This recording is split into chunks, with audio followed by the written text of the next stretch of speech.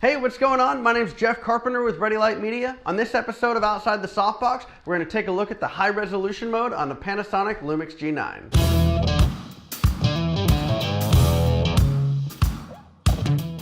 High resolution mode is a really incredible feature that's unique to the G9, and what it does is it actually creates an 80 megapixel still image by stitching together 8 individual shots.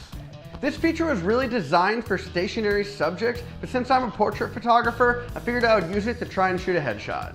Since high resolution mode utilizes the electronic shutter on the G9, my first instinct was to shoot with natural light since you can't sync a flash up with the electronic shutter. However, just because I couldn't sync the flash with the camera doesn't mean I couldn't use it at all. All I had to do was shoot with the longer shutter speed and manually pop the flash while the shutter was open. One problem that I knew I would run into is introducing camera blur from the ambient light because my shutter speed was almost at a full second.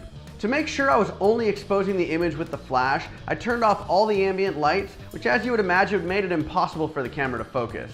To remedy this problem, I focused before I turned off all the lights, and I told my model Ryan to stay as still as possible. After a few tries, we got the shot we wanted, and I made sure to take a shot without high res mode just to compare the two. And here are the two images side by side so you can really see the difference.